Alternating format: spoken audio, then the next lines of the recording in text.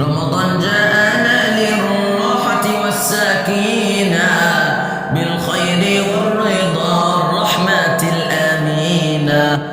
رمضان جاءنا للراحة والسكينة بالخير والرضا والرحمة الأمينة.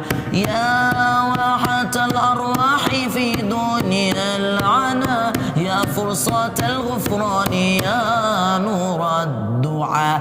أقبلت يا شهر الصيام بلهفة، فيك القلوب تذوب في صلواتها. تركت نفوس المؤمنين شجونها وتعلقت برحاب من أرسلها.